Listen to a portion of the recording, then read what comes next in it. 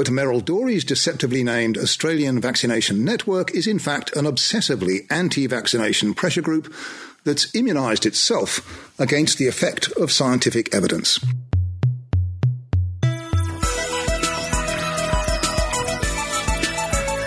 Welcome to the Skeptic Zone, the podcast from Australia for science and reason.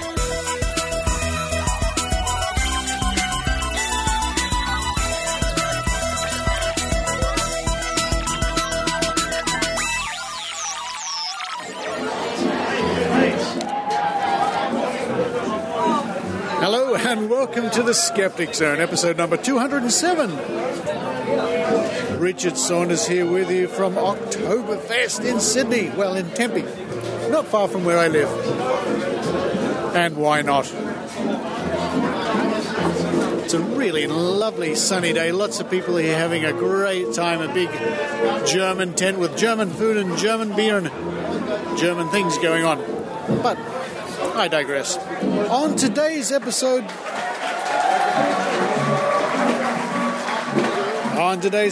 of the Skeptic Zone, more from TAM 2012 when Maynard speaks to Ashley Hamer from Women Thinking Inc. about their vaccination drives and other good works that they do.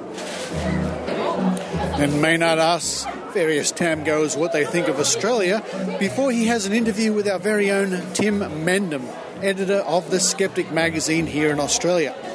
Another interview. I think he interviewed Tim before once, but anyway, that's coming up.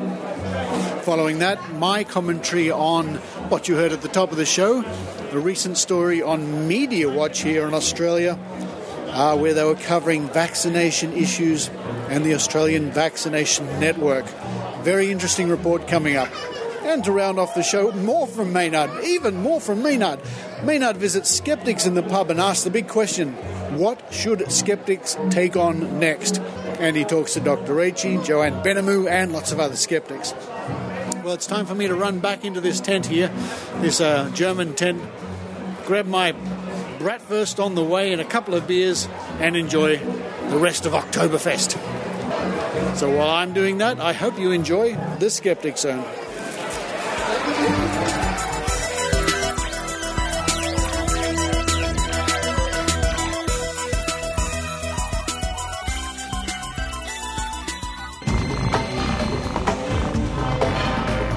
Here's Maynard's spooky action at a distance. Well, look, I don't know about you listeners, but when I see people wandering around in Carl Sagan T-shirts, I get very hot indeed. And there's a photo of Carl Sagan on a T-shirt. I can't read what he's underneath there, but...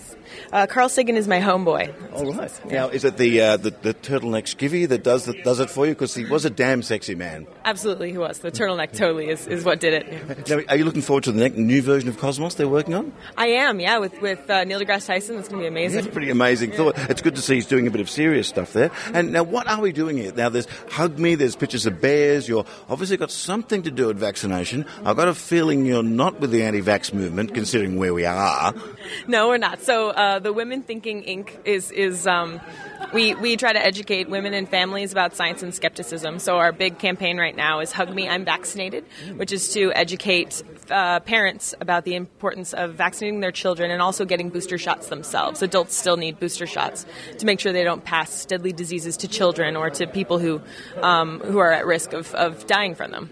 Now, this is an interesting issue because I've asked a few people a number of times whether I need to get a whooping cough booster, and I get mixed answers. How do we know as an adult if we need to get a booster or not? Well, basically, the booster lasts for 10 years, but they only in 2007 put the whooping cough kind of cocktail into the tetanus booster. So if you haven't had your tetanus booster since 2007, that you need to get another. And the thing is that whooping cough doesn't really affect healthy adults all that much. You just sort of get a bad cold for a while. But if you pass it to a baby, babies can't protect themselves against it, and they really their little lungs can't take it, and they a lot of times die. And what about elderly parents? I have elderly parents. Are they at risk from whooping cough as much as young children? They are, yeah. They can also, very much at risk, and that's another reason you should get booster shots. Now, is there a simple test, like if you had whooping cough, you could go, oh, is this whooping cough, and get it tested within a time that would be useful, or is it this kind of thing, really, it's just easy to get immunised in the first place? Yeah, it's very easy to just get immunised. I think that's probably the best way to do it. Now, this is obviously a very emotional issue with a lot of people in this country and around the world. What's the biggest difficulty you have in convincing people to get vaccinated, considering the information and misinformation out there?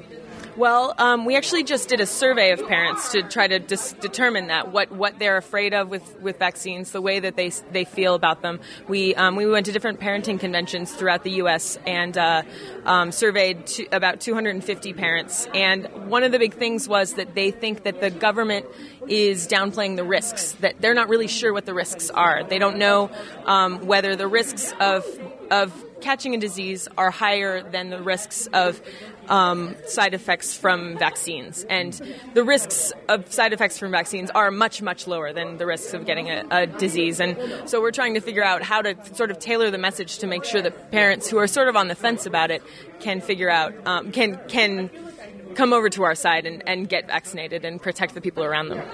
Now, what I seem to detect is that it isn't necessarily suspicion about science that they've got. It's suspicion about science and publicly traded companies, perhaps, turning down the information or hiding something from them. So do you think that's it? Is it science that's a problem, or they've got the suspicion of the capitalist system? I think it's a little bit of both. They feel like they're a little bit distrusting of doctors as a whole. They think that doctors are sort of they don't really listen to parents' concerns, and there's also the whole mommy instinct that parents think that they know what's best for their child, and they feel that their doctors aren't listening.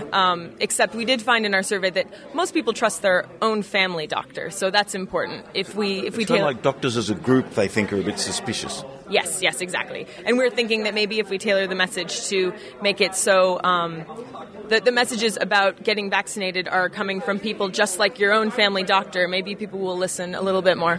That entire study was funded by the JREF. And do you approach them, or how does that funding occur?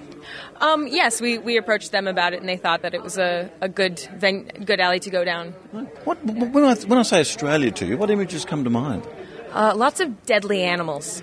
Ooh. Right, so like spiders, snakes, that kind of thing. Yes, and sharks, things like that. Yeah. Oh, but what about any visual sights? I know the Opera House. I think of the Sydney Opera House. I think of just the outback, lots of desert, I would imagine. Yeah. I heard just recently that you can't actually drive all the way across Australia unless you tell the government you're going to do it, so they can come and get you. I heard that from Tim Minchin. There was an interview with Tim Minchin who said that. Well, that's partial information. There are parts of Australia where if you want to drive out into the outback and you're not a local, it might be a good idea to tell the local police. Would that be correct, Richard? Hello, yes, that would be a wise move. Yeah. But getting government permission to drive across the country, no. And if you did want to drive from Sydney to Perth, you couldn't quite go through the middle. You'd have to go down the south a bit. Yeah. Okay. Would that be right, Richard? Yeah. You could, but it'd be many detours up and down and back and forth. Yeah. It's best to go around the southern route for that kind of thing. Yeah. I mean, do you know anyone who's gone there recently? No. Well, I know Jamie Bernstein went there a couple of years ago. I believe to the TAM Australia. You're right. I remember that face. It's just on customs saying, beware of this woman. I think you're on a watch list of some sort for coming back in. You must have had a very good time. Actually, I did get a driving ticket. I got a speeding ticket. Have you paid it? I highly considered not paying it, but was afraid that I would be an international fugitive and not let back in Australia. Wow. So I paid it. Wow, the voice of an honest American. Yeah. And what is the next challenge? Obviously, the vaccination issue is one that will continue. Is there another one you've got planned on the horizon? Yeah, well, we've been talking a lot about different things. It'd be really great to connect young girls with women in science, and so they can see what a successful female scientist does, and a few other things we were thinking about, maybe other vaccines that we could do also. We're discussing a lot of things. And have you come across the concept of ID chipping in the vaccination yet? Oh, no, we haven't.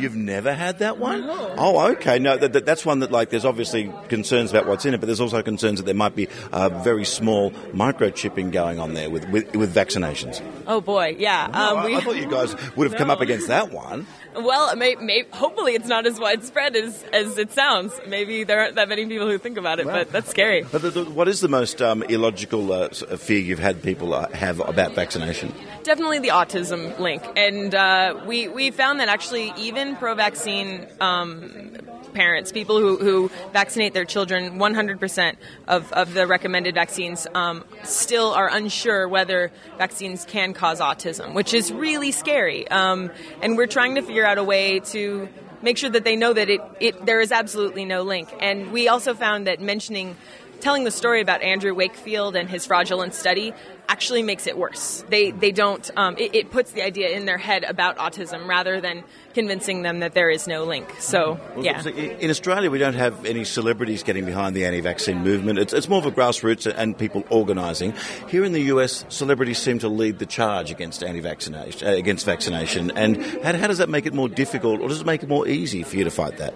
It does make it more difficult, and we're trying to just fight back in the same way, because what they sort of have a monopoly on the emotional appeal right now. You know, Jenny McCarthy has her son who had, she says he had autism and he was cured, and his autism was caused by vaccines, and which is, not possible. And she'll tell these really heartwarming stories about her journey. And I actually went to the Autism One convention with Katie Havani, and we watched her talk, and she's very endearing and down to earth and funny, and we just need to have people like that on our side too. And actually, I believe that Elise Saunders, who's our president and also a skeptic, I noticed a lot of similarities between the two of them. Of course, Elise isn't a celebrity, but if we get some celebrities who are part of our cause on our side, I feel like that would really help. Do you think men are much used to in this? Even if you had a famous male celebrity like even George Clooney or someone like that they would have any appeal? Do you think it has to be a woman, doesn't it?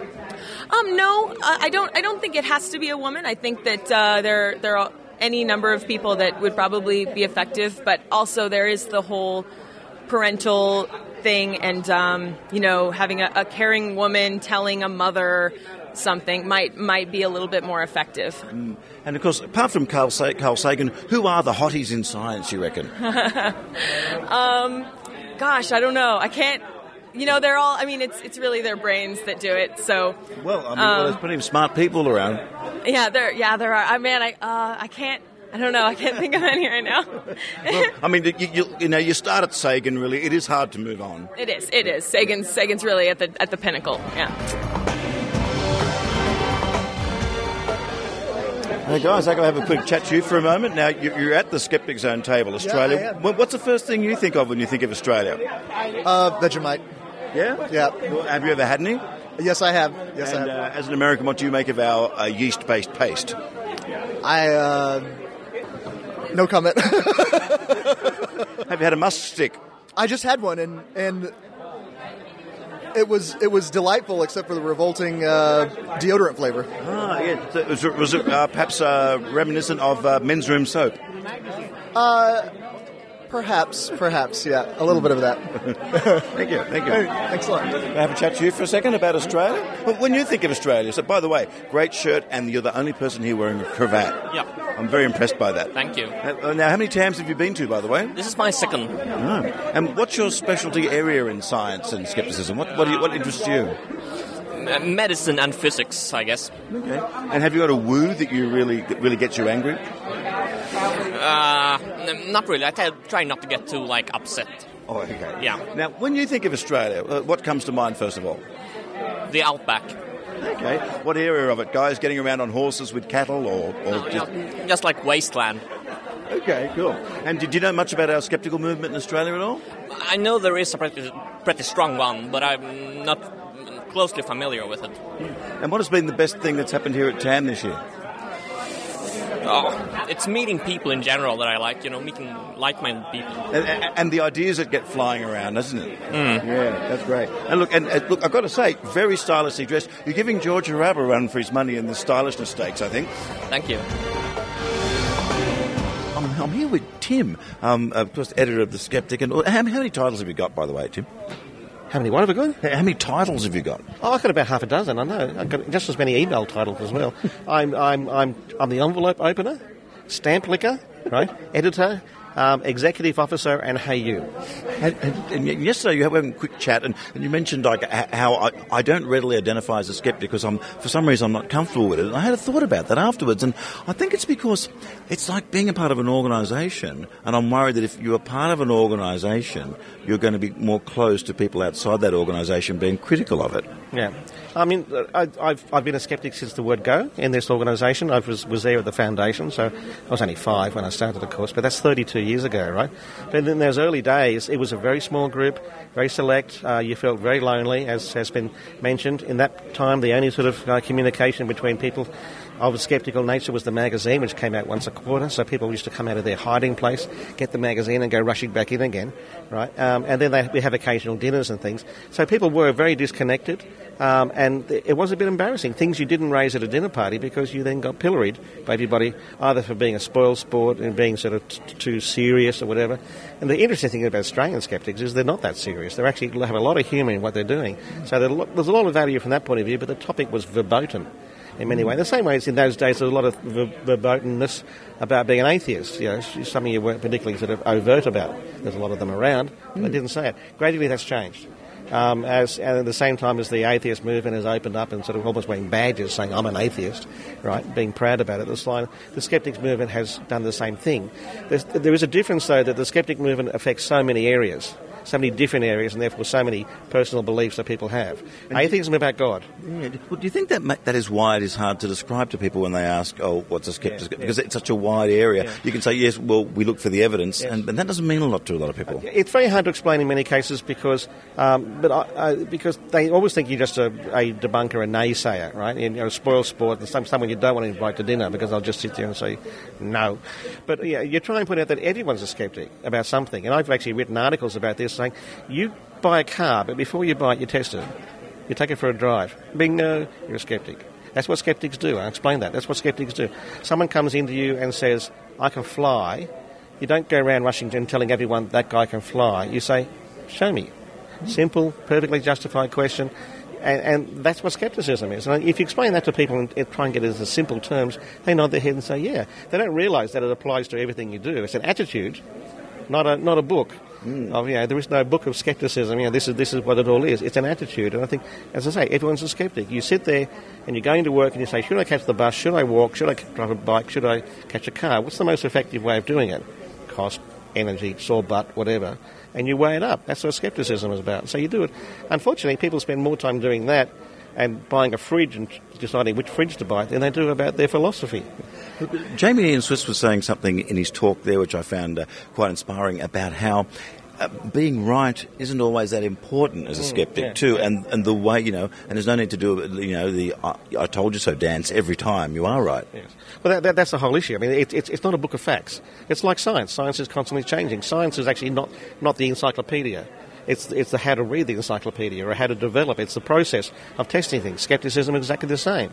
I mean, I remember once you asked me before what areas have changed and the change of belief. What were sort of out there areas which are now sort of within the canon, if you like. And from a skeptical point of view, we're dealing with things which are really extraordinary.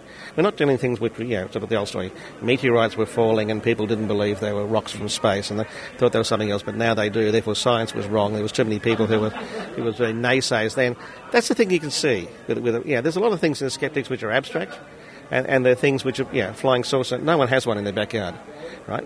And then you've got to look at the evidence and that sort of stuff. But then people say, oh, but I know they're true. How? Because everyone says they are. And that's where you come up against that sort of barrier that you're asking for the evidence, and you say that you can afford to say, well, I don't know. Someone comes and asks you, explain this one to me in a fairly aggressive way, trying to catch you up. And you say, well, I can't explain it. I don't know. And they say, see? It must be true, because you can't explain it. You can't debunk it, so therefore it must be true. And you think, well, that's perfectly justified to say, I don't know. You know, we do it all the time. Yeah. In fact, look, I've encountered that, and people would encounter that at work in levels of management. Management is very loath to say, "I don't know," sometimes, because that is seen as being a weakness, or it's like, you know, or that they've got some missing in their education, where it means "I don't know yet" should be put on the end of it because they can find it out from someone else. I like that very much, actually. I'll use that one. Thank you. I don't know yet. It's a great answer, actually. And they just say you've got to sort of get the information together. But you're very much right. If they're looking for you to be an authority, you have to give an authoritative response and give an answer. And in many cases you can't, because one, you don't know what the evidence is. You don't have enough evidence. The evidence is unreliable or whatever.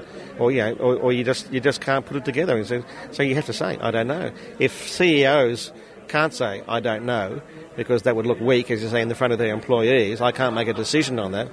But that's why it upsets a lot of skeptics to do that, because they think it is weak. They think the other person has found a loophole in skepticism. But the skeptics is the process of doing it. You don't know when you first start, and then at the end of the process you do know. We're sitting here at the Australian Skeptics table at the end of a very long corridor. We've got the wonderful Skeptoid people over here. We've got Michael Sherm over there, the independent investigations group over there. What sort of questions have been asked of you when people come up to our little bench here with our cold sausage roll and our barbecue fire that's gone out? With the roasting koala on the spit. People come and say, Australia. They didn't know what we do, basically. And that's good. That's why we're here, to explain what we do. We've got a bit of merchandise, and we're trying to promote the magazine and promote the DVDs and that sort of stuff. So people have been very, very interested, quite frankly. They say, look at the magazine, and some people have come past and said they're very impressed by the magazine. I think it's the best one out, which is always nice to me. I'm the editor, so I'm happy to say that. But I mean, explaining the range of things we do is actually part of what we're doing here, and that's great. We're also promoting the convention, of course, which is coming up later in the year. And that'll be a whole bunch of people coming to our country. That's right. Yeah, but so we won't have the jet lag this time. We'll have it over then. Yeah, I know, it'd be great. I know. Excuse me, I'm just going to fall asleep for a second here. Yeah, look, I might go have a LLD, which is known in the industry as a little lie down. A little lie down and a Bex. Look, that wouldn't surprise me if you could still get that in this country. I know, there's some strange things. Have you been downstairs in the casino? You betcha. Yeah. And in fact, listener, remember that most of us haven't experienced real daylight or fresh air now for about a week. About that, yeah, I know. I believe there is a sun out there somewhere, although in the middle of Las Vegas, you're sort of... It's very strange. It's a strange place, actually. It's just very flat with lots of houses. Is everyone working in the casinos here? It's quite a large town. Yeah, and when looking out the building, it reminds me a little bit of Adelaide.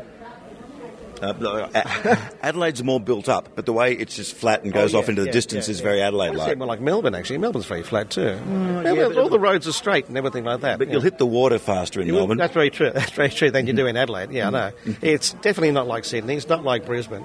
It is like a laid-out city, but it's all straight lines. And in the middle of the desert with hills all around. They're quite large hills. And because of the jet lag, to me, all the lights have got a little bit of they've got that filter that they used to have on them in the 70s for news reports. Was it star filters? Every light seemed to have star filters on it because of our jet lag. Yeah, all those things where you sort of romantically look into someone else's eyes. Yeah, right? Twinkle, twinkle. Yes, I know it does. And the corridors go on a long way, don't they? Yeah, and at first you think there's a mirror at the end of the corridor, and it's actually a lot shorter. But no, it's as long as you think it is. Up in the hotel, I keep expecting small boys on tricycles to go running through the corridors, up and down the corridors, until they come across something strange, right? Well, look, it is the kind of hotel that Ghostbusters was. But you could see Bill Murray down the end there. Bill Murray or Jack Nicholson. Yes, depending on what kind of dream you're having. That's right. Yeah.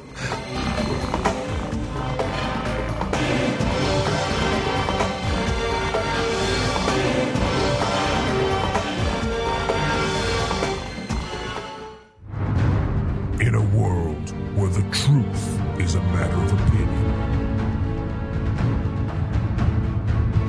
where messages are received from beyond the grave, and reason is sidelined for magical thinking,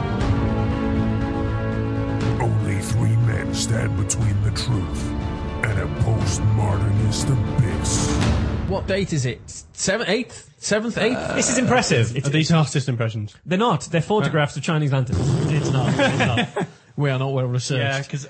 Good God, we're full of We don't discuss cryptozoology on this show very often, because we don't know anything about it. That's true, that is true. The price gets lower and lower and lower, and then he hits a ceiling? It's a ceiling from the room below.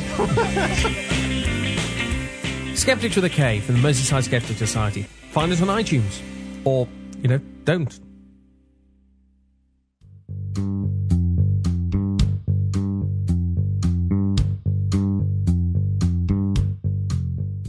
But Merrill Dorey's deceptively named Australian Vaccination Network is in fact an obsessively anti-vaccination pressure group that's immunised itself against the effect of scientific evidence.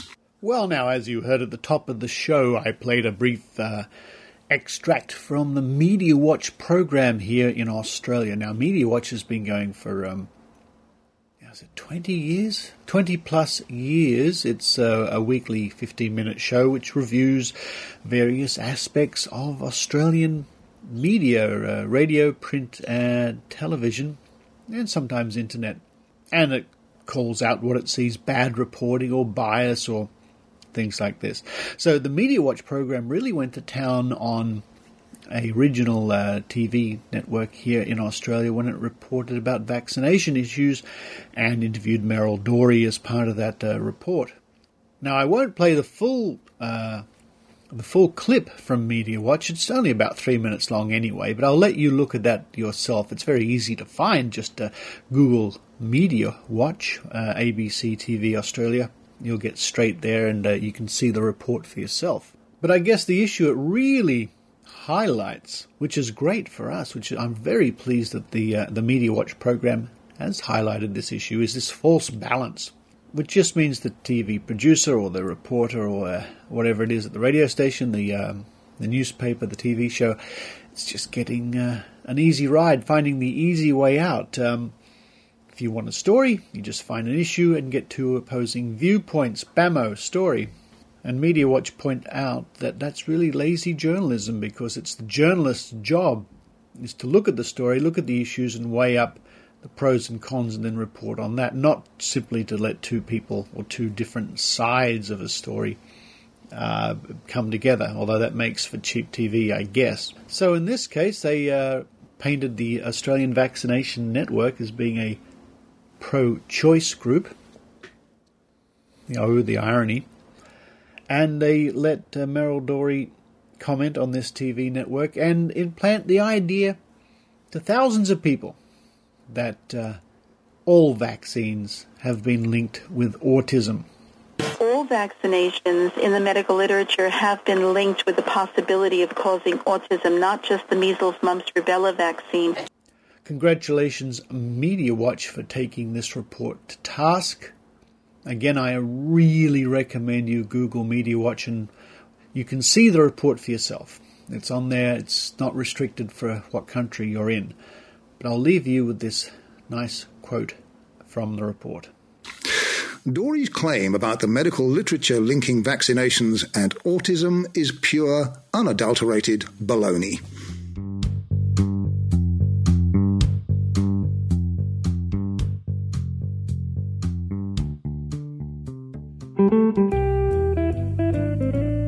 Hi, this is Carrie Poppy. I'm Ross Blotcher. Oh, hey, Ross. Hey, we're from a podcast called Oh No, Ross and Carrie. We find out what happens when you show up and ask questions. We've hung out with the Kabbalists. The Mormons. We've gone and gotten ear candles. Gone to the Sikhs. We show up so you don't have to. So find out where we're going next. We'll even have special episodes where we have famous guests like Brian Dalton from Mr. Deity. You heard that awesome theme music? He wrote that. You should come visit us at onopodcast.com or facebook.com/onrack. What the hell's OnRack, Ross?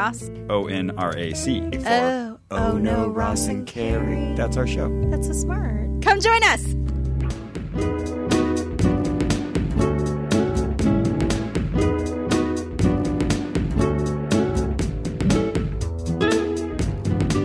Well, people are rushing, people are hushing. In fact, some people are flushing at Skeptics at the Pub tonight as Dr. Rachel Dunlop, a cell biologist and mild-mannered drinker, was here to tell us all about some great new drugs that I can get from a natural source. I actually put up my hand to find out whether we can get them.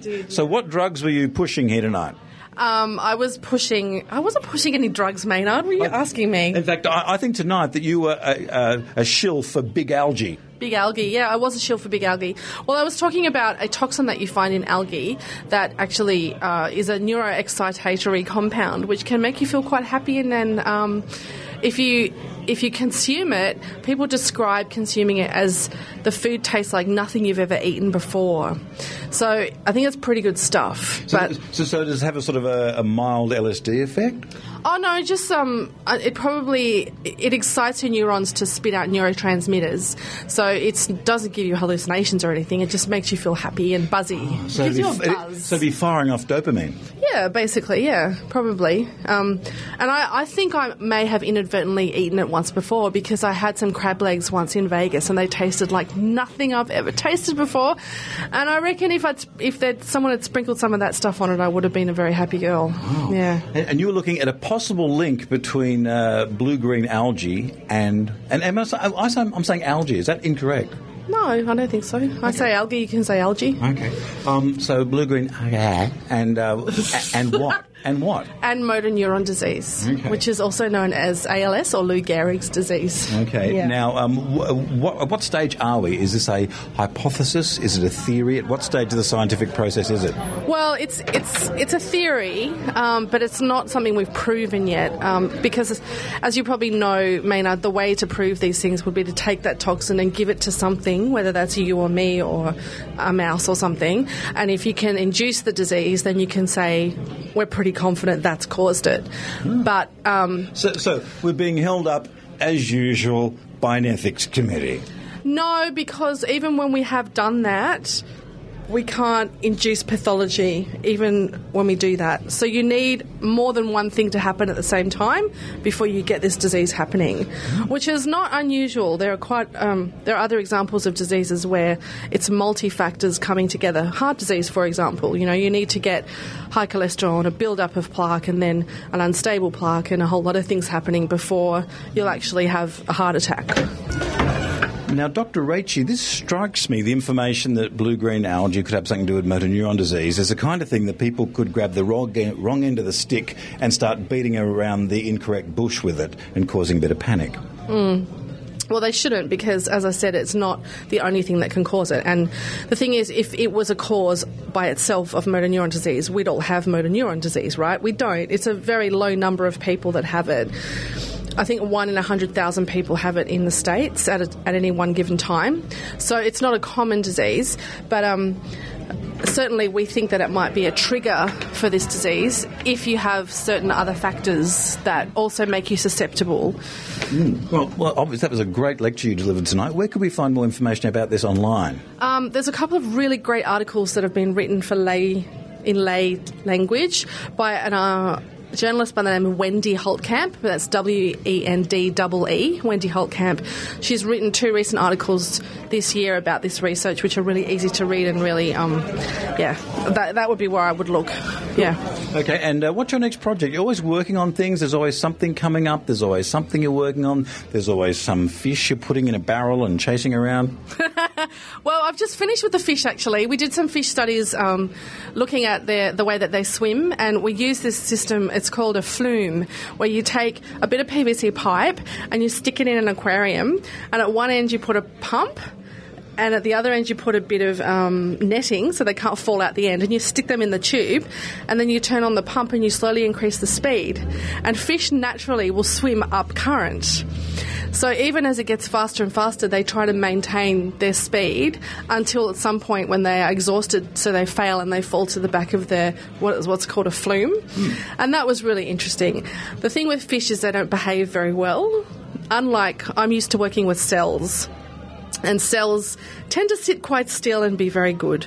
But fishies, they're not as easy to deal with as cells. So we had some fun with the fish. Yeah. And, of course, you can read more about this at Dr. Rachie's World of Poo, isn't it? And what's the exact name of your blog?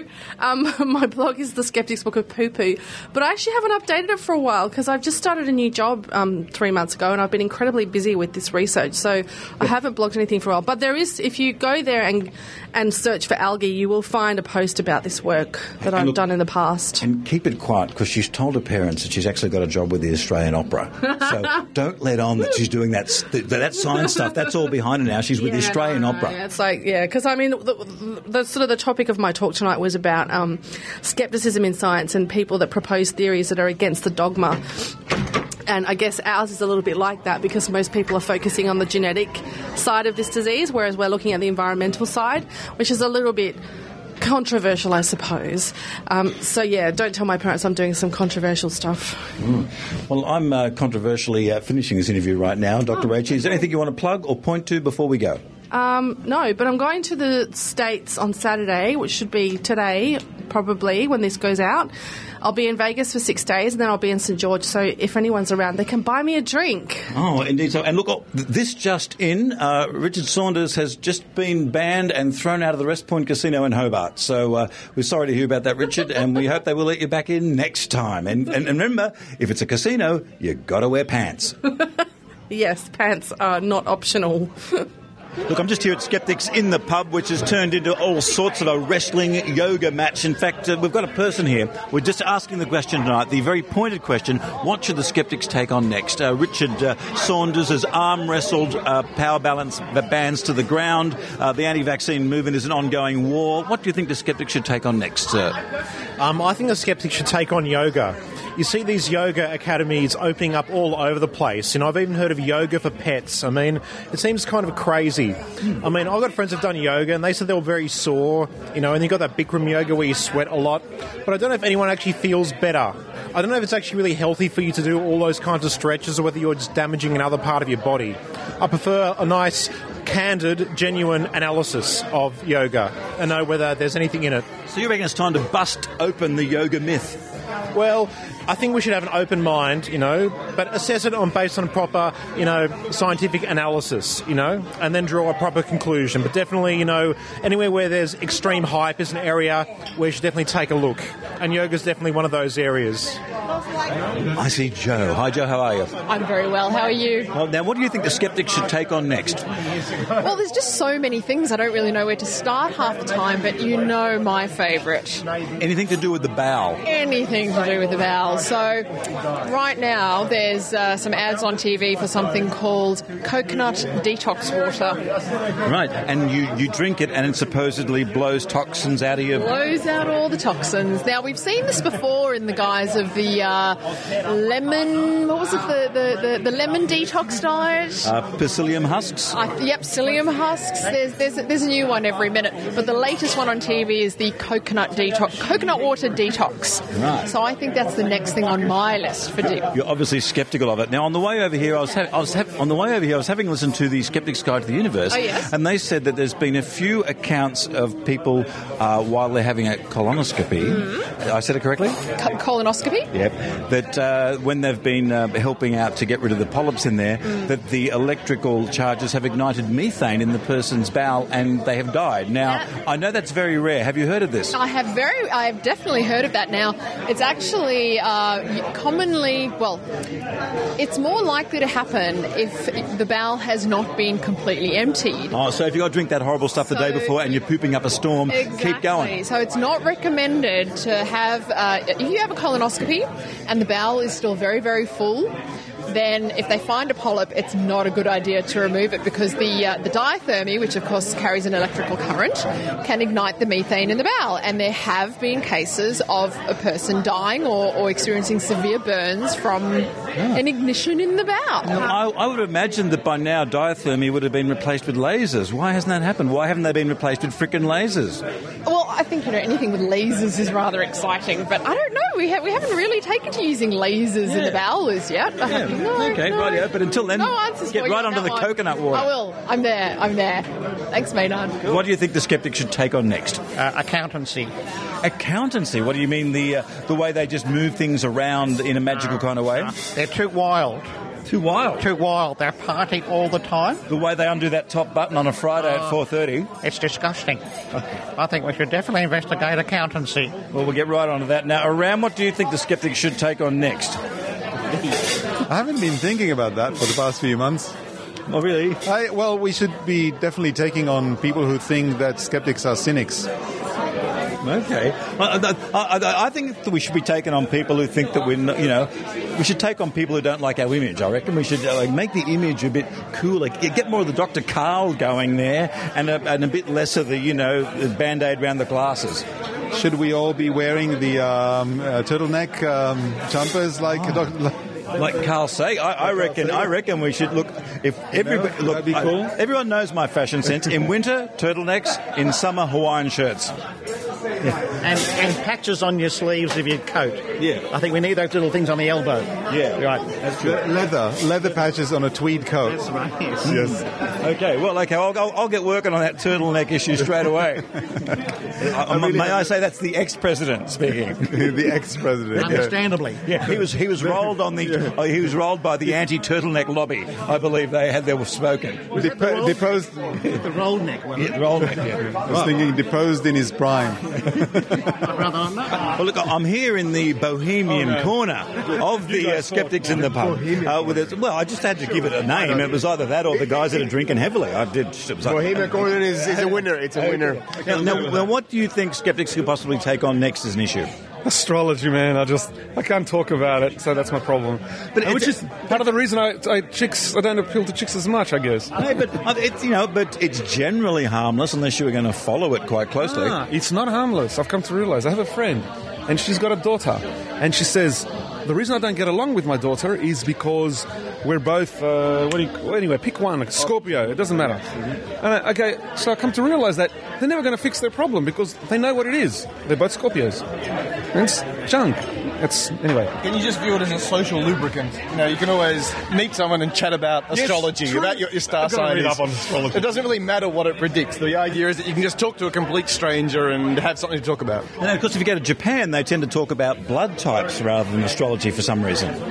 I saw that recently. I was recently in Singapore, and there was a whole store which was selling dietary supplements, giving advice on your blood type, which I'd never seen before. I don't think I've seen it in Australia, but basically your diet, the dietary supplements you could have, and exactly the same thing as you have with astrology. You have like personality predictors, and it says if you're A+, then you're a vegetarian. If you're B-, then you live this kind of life. You're headstrong or something like that. So it's even worse than astrology. There's only 4 or 5, different subtypes of people. Well, I must invoke the defence of my friend Jessica Adams, one of Australia's prominent astrologists. She says that it's basically a symbolic thing anyway, and you're actually doing a bit of a reading on the person. So it doesn't actually really matter. You could do it with a pizza or with a bunch of things. You're actually channeling something else when it's a one-on-one situation. That is the most honest thing I've heard about astrology. Yeah, I would subscribe to that.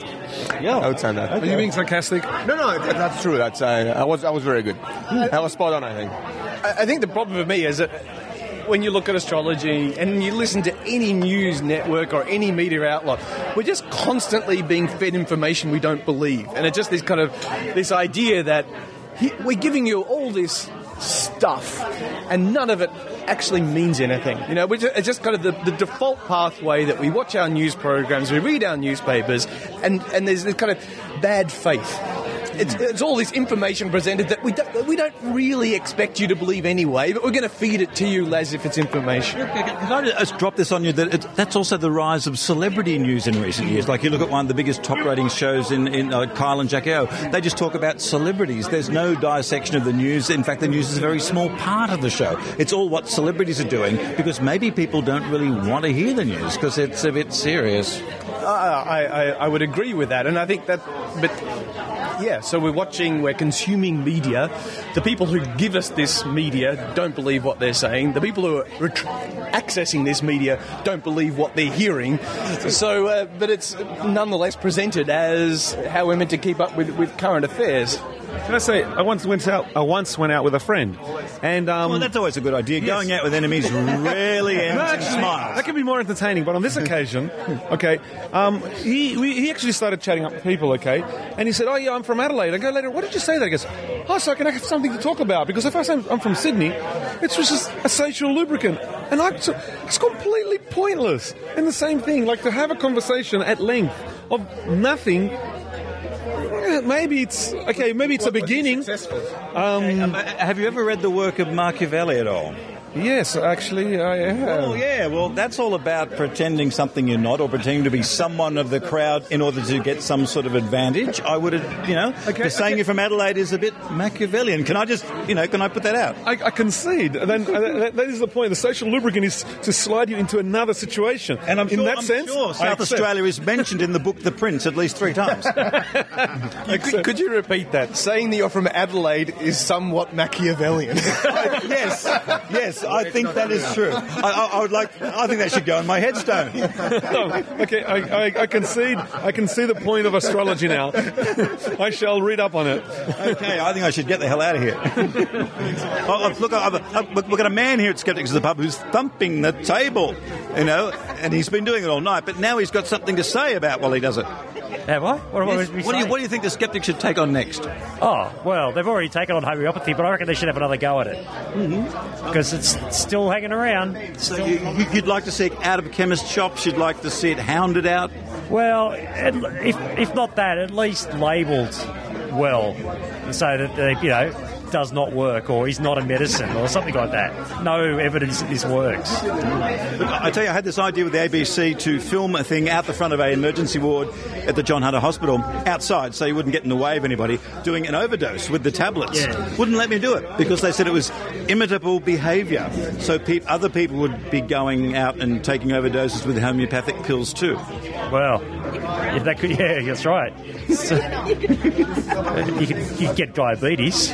Look, Dr. Rachie, I'm just heading off away from Skeptics in the pub here. Now, something we've been wanting to do for ages is you and I, or maybe Richard Grippers, go to a sex shop and look at the woo of sex shops. Yeah, this is something you've been prodding me about for a while, and prodding is not a euphemism.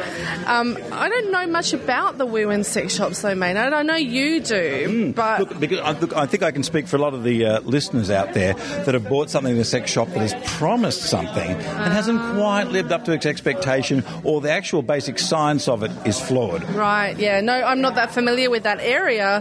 That's not a euphemism either, but I think it's something we should definitely explore, because we could do some practical demonstrations, maybe. Even looking at the stuff on the shelf, I believe you, as a woman of the world, or at least a woman of Western Sydney, you'll be able to pick in a glance. Right. Well, yeah, we should definitely do that. I mean, in fact, the big debate that rages now is it Hitachi wand? Is it iRabbit? Is it Pearlbird? All those arguments go on all the time. They're cigarette lighters, aren't they? Yeah, that's correct. Yeah. Yeah. Exactly. I don't know. So I'm just going to go across and do an initial. What do you call it before you've got a theory or a hypothesis? Yeah, it's an experiment. No, it's not even an experiment. I don't know. I can't think of the word right now. My brain's... Oh, hang on. No, it's a sticky stare. A sticky stare? Yeah, because I remember the early work of Freud was known as a sticky stare. Oh, okay, sorry. I didn't realise we were talking psychology. Then it must be a reconnaissance or a sticky stare. There, see, I remembered. It's a reconnaissance.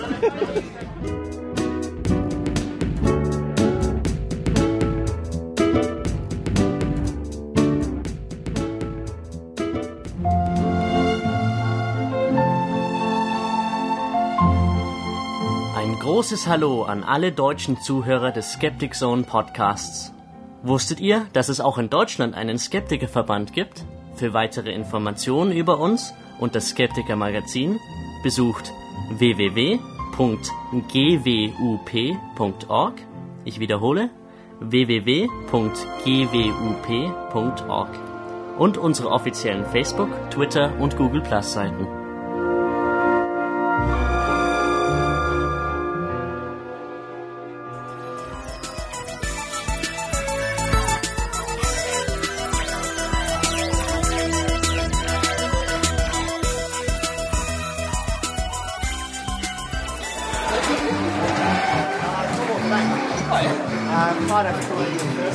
Thank you for listening to the Skeptic Zone. I'm still here in Oktoberfest having a great time, and you too can have a great time if you come to the Australian Skeptics National Convention coming up at the end of November. Head to www.skeptics.com.au or skepticzone.tv or vicskeptics.wordpress for more information. Last I heard, there are fewer than 50 tickets left. I think that's right. Tickets are selling fast. please come and join us, and I'll see you there. But until then, I better run back inside. It's really getting underway here at Oktoberfest in Tempe in Sydney. So this is Richard Saunders signing off with a bratwurst in my hand. Here we go.